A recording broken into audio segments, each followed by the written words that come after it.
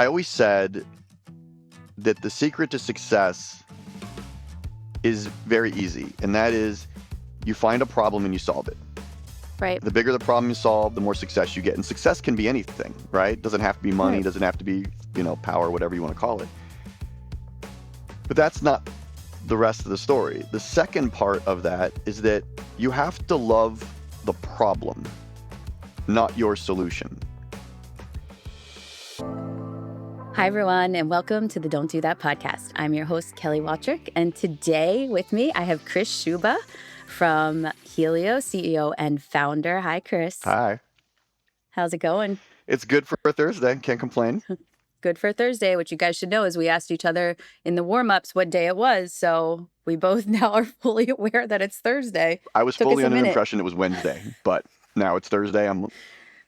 Here I am. We're rolling. So, Chris, why don't you start by introducing yourself to our audience, telling them a little bit about you personally and a little bit about Helios. Yeah, absolutely. So, Chris Schuba, live out here in Northern California, where the weather never changes this time of year, so that's fine by me. Helios is typically classified as an outsourced or an insourced CIO. We support financial advisors primarily with other asset management firms. And what makes us a little bit unique is that we are an end-to-end solution for advisors. So a lot of folks out there want to talk just about models or maybe some commentary, but Helios is the breadth and width of all the things that need to happen within an investment committee. And we can take multiple roles within the practice, some very tactical, some just more technology oriented. And most of our relationships, we work off of a flat fee. So our job is to come in and be a large amount of scale within the practice, as an example. So I could talk about this for like 2 hours if you'd like to, but we're good at what we do. So if you want to talk about it, we'd love to have a chat. Yeah, awesome. Yeah. All right, I have a couple questions for you. Sure. So give us a sense of what does your ideal client look like? What are the firms that are reaching out to you and using you best look like? Yeah, the size of the firm really isn't something that tends to be, we work with solo up and coming advisors. We work with multi-billion dollar practices with huge teams. We really run the gamut on that, but it tends to be when a practice is looking for a positive way to differentiate themselves in the marketplace. That's a huge conversation that we have. Scale, as I mentioned earlier, is a big one. But also foundation. A lot of times we get a phone call because the advisor had somebody on their team that was responsible for the asset management, and that person's left, and now they're in a lurch. So that's a big phone call we get. Another big phone call we get is when you have up and coming advisors, so junior advisors on a team, and you want them to grow faster. It's kind of a specialty of ours. So there's a lot of scenarios like that in which we get brought into the conversation. But at the end of the day, we support advisors of all shapes and sizes across any broker dealer, all RIAs. We fit in everywhere because we function as a research provider, not a sub-advisor. So we don't have that compliance hiccup. Cool. Okay, so one of the things that I recognized very early on about Helios is the communication support that you provide, because I think that that's such a gap.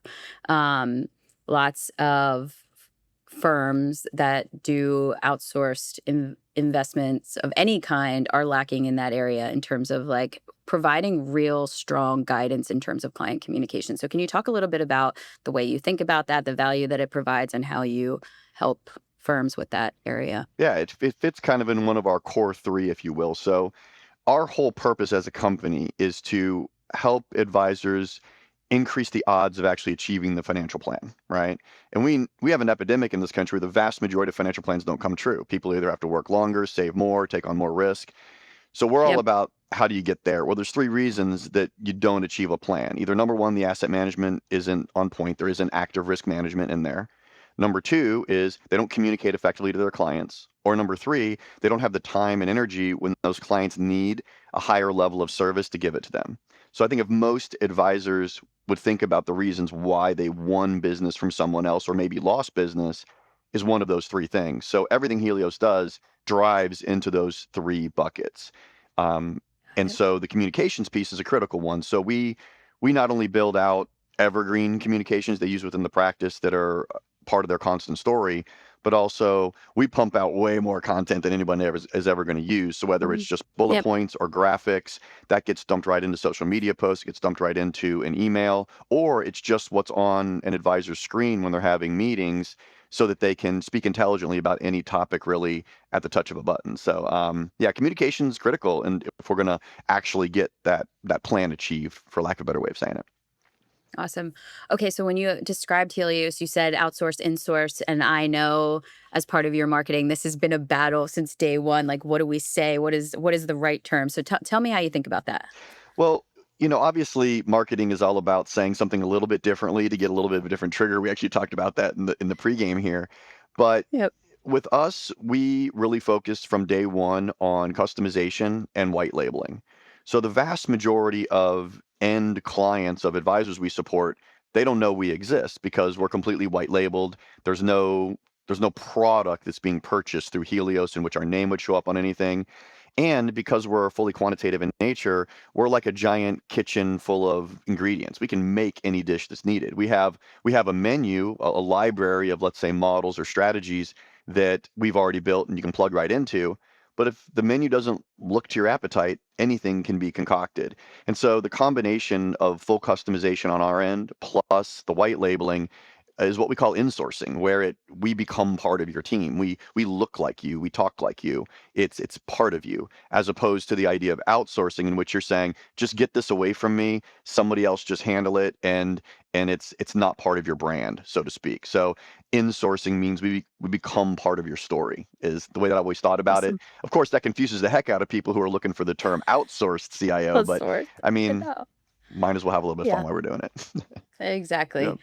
Um, so early on, I remember a marketing piece that you put together that was a resume Mm, for the candidate that folks are looking for in their business when they're looking for you. mhm, And I thought that that was really cool mhm. because I think that that very much relates to the way we think about intentionally's business as well.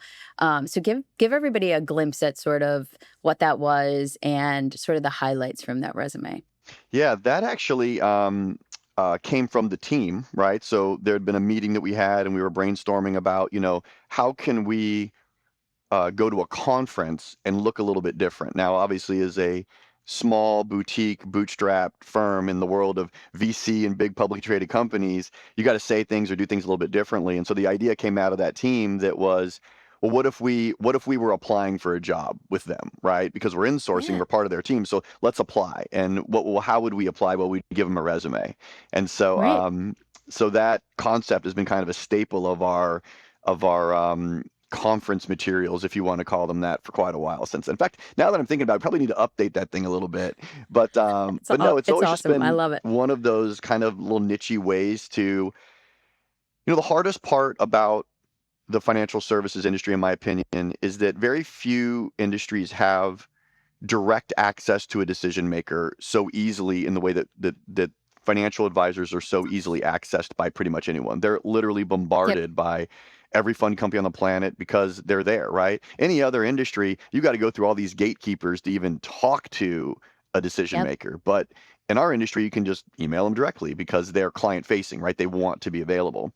And so, the hardest thing about growing a company like Helios in that space is just getting that first 5 minutes with someone. And we found that little things like that do tend to help. But yeah, it's just we like having a little bit of fun here. We've always seen ourselves as fairly disruptive in the industry, especially like things like our flat fee nature. That's different. It's disruptive. It's more advantageous to the advisor to work that way. Those types of Yep. things. Yeah, it's just part of our DNA. Okay, my last question, and then we'll get on with our don't do that. Tell me about your company name. Helios? Oh my gosh. Yeah. That is a very long story, but I'll give you the short version of it. And if anybody wants the long version, I can just talk to you personally about it. But naming a company in our industry is very hard because every practice has a Everything. name. So everything's taken. Yep. And through the whole long story, I ended up finding the name Helios while I was looking for something else. And Helios is the Greek god of the sun who drives the sun through the sky in his chariot every day. And through his skill, he doesn't allow the earth to burn. And because we focus so much on risk management, that, not allowing, the earth to burn or a portfolio to burn was kind of like, okay, I can see, a story here. But I just happened to be in Costa Rica at a conference. And that day we were going deep sea fishing when I'd kind of thought of it. And we get about 20 miles offshore, boat breaks down. There's no radio. This is just a random fishing boat in Costa Rica. And so we start drifting out to sea. So we bobbed for about 8 hours. And under Oh the my sun, gosh. I'm sitting here saying, well, this is a sign. If I'm getting scorched by the sun for 8 hours here, there has to be this has to be the name of the company. And so, Oh my. I said, if I survive this, I'm going to name it Helios. And sure enough, another hour later, a boat just happened to come by. We flagged it down. It towed us in, and I didn't become Gilligan from Gilligan's Island. So Oh the my company was gosh. named Helios on a near-death experience, or what I'm going to classify as a near-death experience, because we were drifting out to sea. It wasn't like we were drifting to shore. We couldn't even see shore anymore. It was pretty scary. Oh my Yeah. gosh, that is not what I was expecting you to say, but I'm glad See? but I'm glad I So asked. Oh that's the my short gosh. version. The long version is talking about, how I panicked, and all these different things, realizing it was drifting out to sea. So, yep. Oh my gosh. All right, well, you're welcome for bringing up that I know. traumatic I don't think I'm gonna be able to memory. get over it here. I'm gonna drink more coffee. Gosh. All right, so Chris, Hmm. the premise of this show, Yes. don't do that, is that I believe very strongly in the fact that we learn better from our mistakes than our triumphs. And we're asking my favorite leaders in the industry to give us insight into some things, some hard lessons that they learned on their way to Mhm. success. And so my question for you is what are we not doing today? Yes. And just for like my defense, like I've only had like 15 minutes to think of this answer, right? So you're gonna get the raw, like knee-jerk reaction without me sitting here for days of prep thinking about this, right? So I like that better. I yeah, think I that's think better. well, it's gonna have a good. Well, if it works, it's gonna be great. But you know, I, in the interest of making this interesting, um, probably the thing I would do differently if I could do it all over again would be about really owning my vision for what the company needed to be consistently and without apology, so to speak. And I think a lot of business owners struggle with taking in new information and feedback from, especially critical employees, and doing it in a way where you don't compromise on your vision, but certainly can include their feedback in helping to shape it. And I think too often early on in Helios, I would pivot in some cases, or in some cases even abandon part of my vision because it kept the peace, because it was the easy thing to do. And I could rationalize how, oh yeah, that's still there. But in hindsight, you know, um, that wasn't the case. And I think that, does that make sense first and foremost? Yes, it makes Yeah. total sense. Yes. Yes, yes. There's something that I always and where the wake up call for me was this, is that I always said that the secret to success is very easy, and that is you find a problem and you solve it. Right. The bigger the problem you solve, the more success you get. And success can be anything, right? It doesn't have to be money, Right. it doesn't have to be, power, whatever you want to call it. But that's not the rest of the story. The second part of that is that you have to love the problem, not your solution, Yep. because the problem is going to keep changing. Right. And when you have a vision generally is linked to solving a problem. And what I've found happens is that when you assemble a team and you tackle that problem, your team is very likely going to fall in love with their solution. And your vision is falling in love with the problem. And that's the disconnect. It's not that they're wrong. It's not that you're Right. wrong. It's that you're looking at two different things. And as a leader and someone who's, captaining this ship, hopefully not drifting out to sea, is um, being strong enough and communicative enough with your team when you're seeing the problem change and bringing them along to see that their solution needs to change too. Oh my gosh. Okay. So Ainsley from BNY said something very similar around the being obsessed with the problem. So I am totally bought into that. Like, I love that as a guiding principle. But where I get lost and where I have a personal tug of war is like, when am I being short-sighted with my vision and not taking feedback that I should be taking versus when am I letting go too much of my vision and letting it drift? Like, I have this constant tug of war with myself over that. And I have not yet figured out a way to right size that. So how do you think about that? Like, how do you decide what is feedback that you need to hear and that needs to shape where you're going versus when do you need to say no? Like, this is where we're going and this is what we're doing, because that is my struggle day Yeah. to day. Just being real with you. Well, no, that's super weird you even asked that, because that answer for me was how I took back my vision. And the problem with either defending your vision in the first place or taking your vision back is there's consequences to it. Right. And the major consequence that normally is associated with this is you might lose a key person or multiple key people. And if you've never gone through that before, that's the most terrifying thing on the planet. Once you go through it, Truth. you're not afraid of it anymore. In fact, you learn that there's other things that we were talking about, more things that I wish I would have done differently. The idea of redundancies, processes, that right balance between the value of internal capabilities that are foundational and don't go anywhere, and what an individual contributor can contribute. And you're never going to get rid of individual contribution, right? You never would even want to try.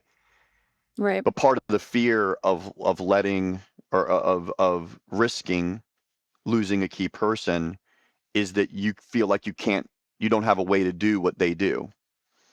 But that's just where systems and processes come in to mitigate that as best as possible and serve as a platform for the next talented person to come in and pick up where that person left off, right?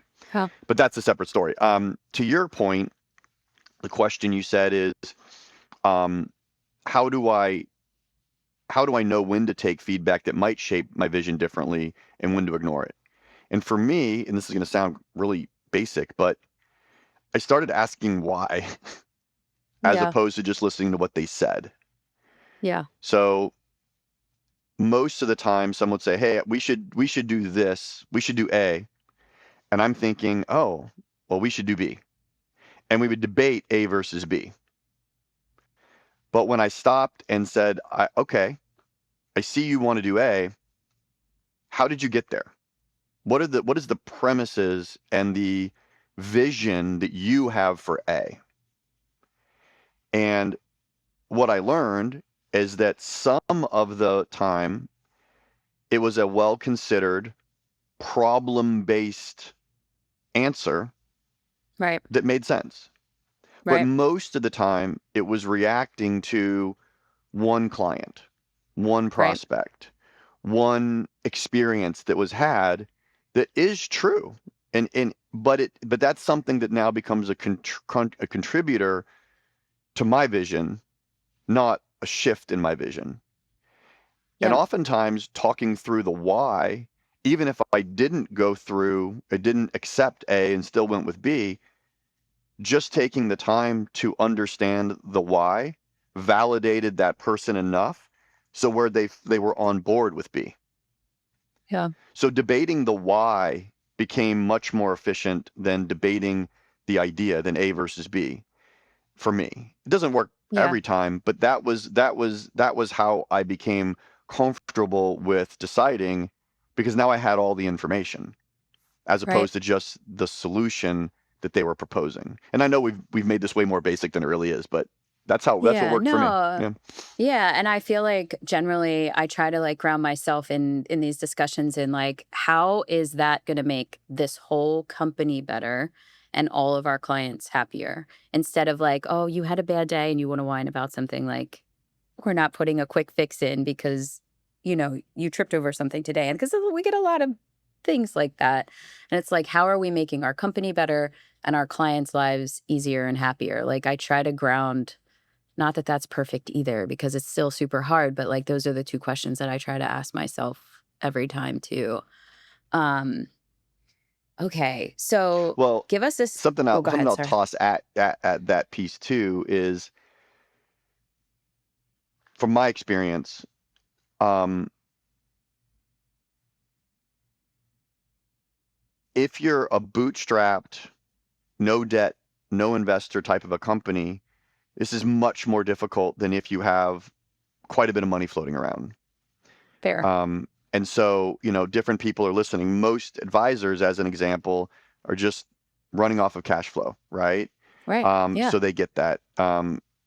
And your opportunity to be wrong is so much lower. Or your opportunity to be You can't be wrong if you only can pick one direction. If I've got a bunch of money laying around, I can pick three directions and see which one sticks, right? Right. in Right. in our world, we have to be very considerate. And so the tiebreaker for me in when those conversations came along is I said, well, what if this fails? Is it still additive, or is whatever that is now orphaned? Is it still an Right. effective use of resources?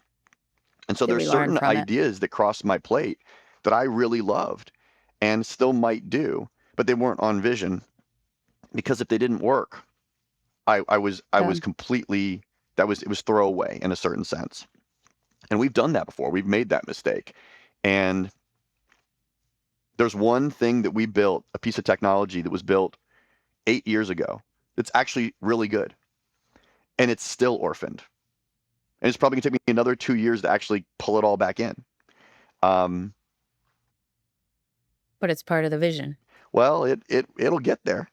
Yeah. It'll get there. But yeah. So I have I don't know if you know Joe Stoiter, but he came to Intentionally. He was at Carson for 15 years. He was like the voice of Ron for 15 years. He just joined us. And so being a part of an organization as big as Carson, he always comes at me with, so we just had an offsite and he came at me with, Kel, we want to hear your clear vision. Where are we going? I want to hear the 1 year, the 5 year, and the 10 year vision. And I am more fluid than that. I think Yeah. in my vision setting, like I can tell you very clearly by the end of this year, this is what I want this to look like. And directionally, this is how I'm thinking about the future. But I have never been like someone who's like, in 10 years, we're going to be here, because I just, even with a marketing plan, planning that far in advance has always felt to me very much like a losing game. So how do you, when you say like own your vision, what does that actually mean to you? Like, do you have a vision that's written down? Do you know where you want to be every year until the end of time? Or like, how do you think about that and laying it out for your team? Yeah, I've been in exactly that same position where people are like, "What is the vision? Where are we going?" Right? And I've never been the type of person that has needed this 10-year guidepost, Same. For me, it was Yeah. always about having a cause, like having a general thing that I filter stuff through. Um, because Fair. Same. I've never been the person that like started working with a company and read their mission vision statement and was like, "Oh my God, this is so unique and beautiful and wonderful that they're all kind of the same in a certain sense, Kind of. right?" And Yeah. so, and I don't think employees get motivated by that. I think employees get motivated by a purpose, a here's what we're doing in the world, right? And Yep. when I think about where we're going, it's about having a larger cause. And then there's the sub causes that are the lanes of work that we do, right? So if I Right. say, you know, the big problem in our world, is that the vast majority of people never actually achieve their financial plan. And we want to be the company that increases the odds for people. We want to make it happen. And so now we have these three causes I already laid out as how do we help advisors, you know, build portfolios that are really good at, risk management and ultimately are responsible for defending the compound rate throughout time. And the whole goal is, well, how do I compound a portfolio faster than anybody else, right? It's It's not about who has the best model or who picks the best stock. It's about the collective value of all their assets compounding as fast as possible. That's what an Right. advisor wants. It's not what Right. they don't want the magic model that goes into one of their retirement accounts, because what about the rest of everything, you know?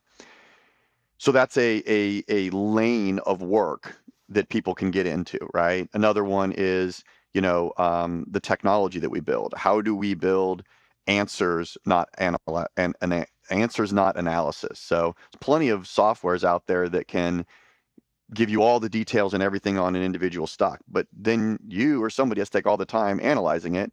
And through what lens? Like, what mathematic processes are you using? How do you create consistency out of something that's largely emotional at that point? So in our world, we've not built analysis software, we've built answer software, right? And building Yep. answers is a cause, right? Because you're seeing not only the question and the answer, but what's the next answer after that to the next logical question. So I've found that for people that we hire, that's how they work. They Yeah. want a cause, they want a lane, and they want to see that the contribution they make is taking a chunk out of those problems. But I also purposefully do this because I pose it as a problem, not as my solution. And that's where a lot of these 5-year visions, 10-year visions come from, is we're going to build this in 5 years. Well, what if the problem changes? We're not going to build that anymore. Right. So I've found, and it's not across the board, that learning to love a problem is a unique skill of business owners and entrepreneurs that non-entrepreneurs either don't have or won't have it. Struggle with. And Yeah. so that's the battle, right? And so if you look at the people that we've hired now at Helios, they're very much problem people, um, on purpose, because that's how Yeah. we interview them now. And Yep. it's worked for us, but we're small. We don't have to hire 1,000 people, Right. So I'm babbling at this point, but the main thing for me is that I'm not expecting my employees to be me, and I'm not expecting myself to be them. And by communicating the type of lens that I'm going to see things through and understanding the why is allows us to live in a day-to-day world of directional vision instead of Yep. a nebulous thing that maybe 5 years from now might happen, when the average employee these days isn't going to be there in 5 years. Oh, You yeah. know what I'm I saying? know. So Yep. Totally. All right. So I'm going to ask you one more question about this. Very tactically, how do you consistently share your purpose with your team? consistently share my purpose. I need to be better at this. This is why I'm asking. I'm trying Oh, to learn too. well, I mean, you're asking me like I'm an expert. How do I do it? I probably do need to do that better. And we have our annual, strategic planning meeting at the, end of every year, beginning of every year, depending upon when we actually do it. Yep. And we talk about these things, but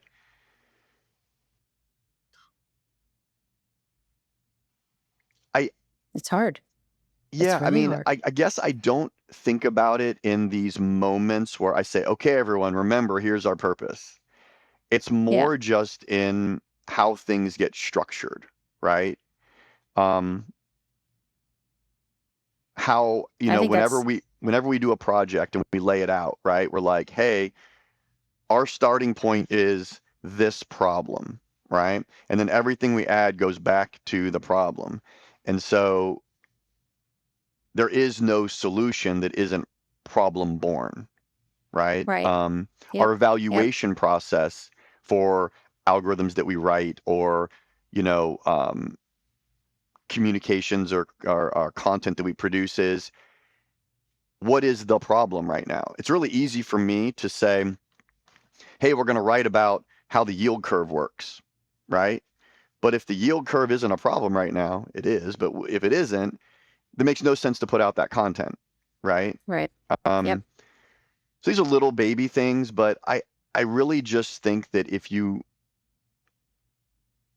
everything is always looking through your problem, your purpose, and that's just how things get done, it's innate. That's what I go for. Again, could always probably do it better. But Yeah. Yep. No, I yeah, think that makes perfect sense to me. I feel like that's sort of how I think about it too. I do have moments where I'm like, "Hey guys, as a reminder, this is what we're working towards and this is who we are and this is how I pitch this business and you need to be aligned to it." Like I have moments where I'm like, "Do I need to remind everybody of this sometimes?" But otherwise, I'm very similar in that like the way that we lay out our process is the constant reminder. All right. So, everybody that's listening today, what we are not doing today is as entrepreneurs, we are not deviating from our vision because we are letting our purpose guide it at all times. Right, Chris Schuba? I think we have to. I think if there is one thing that most entrepreneurs would say is the reason that they've been successful is they identified a problem and they solved it. And the vision is solving the problem. And that anytime we've deviated from that is when the problems have happened. Because you're going to have problems one way or the other. You might as well have your vision with it, right? There's no Right. such thing as a problem-free company, you know? Right. Um, yeah, no, I think that, this is super nebulous and super high up there, but yeah, on the spot, that's the one. That's That's what I would do. Own your vision. Own your vision. Okay. As a closing, I want you to read everyone the quote that you read to me that like almost brought me to tears during our pre-call Yeah. because I feel like I talk to so many entrepreneurs. Like there's this like little wave of industry entrepreneurs that I like talk to one off and occasionally. And I feel like everybody goes through it and everybody feels the same things and everybody has the same challenges. And it's kind of nice to know that like we're all in it together and these are not challenges that are exclusive to you. It Mhm. is what entrepreneurship is. So read everybody that quote and we'll call it. Okay. Well, for a little bit of context, so obviously in the asset management world, you go through your highs and lows because that's the nature of all asset management, right? There's no such thing as crystal balls. And so during a particularly kind of like rough stretch that we had for lots of reasons, not really just, performance, but just the nature of our business. Jensen Huang, and I don't know if said his name exactly right. He's a CEO of NVIDIA, and NVIDIA has been obviously a darling of Wall Street recently, but it's been around for a long time. And the quote was, and I put it on my wall, that's why I'm looking this way. It said, "Building Yeah. NVIDIA turned out to have been a million times harder than I expected it to be, than any of us expected it to be. If we realize the pain and suffering involved and just how vulnerable you're going to feel, the challenges you're going to endure, the embarrassment and the shame and the list of all the things that go wrong, I don't think anybody would start a company. Nobody in their right mind would do it." So when I saw that out of a company that, you look at and you think, oh my God, they're ruling the world, they're, blah, blah, blah, blah. It just brings to the point that, as an entrepreneur, you've chosen a pretty dang hard path. And it's Yep. okay to let it be hard. It's Right. it's okay to let it feel that it is tough and to not try and shrug it off. But part of what makes it hard is not the obvious problems that erupt in front of you, such as needing to hire someone. It's the intangible things behind the scenes that Nobody only sees. you can do. And vision's Yep. one of them. Yep. That's so true. Hmm. Oh my gosh. And that is the whole premise of this podcast that if we didn't get it wrong, we wouldn't get it right. There you All go. right, Chris, I really appreciate you. Thank you so much for your time. Of course. Thanks so much for tuning in. If you enjoyed today's show, subscribe to be notified when new episodes become available. And please consider giving us a 5-star review on Apple or Spotify. This podcast is sponsored by Intentionally, a financial services growth engine design consultancy and agency. If you want to learn more, please email me at kelly@growintentionally.com.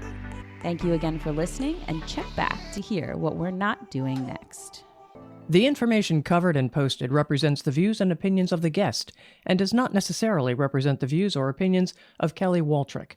The content has been made available for informational and educational purposes only.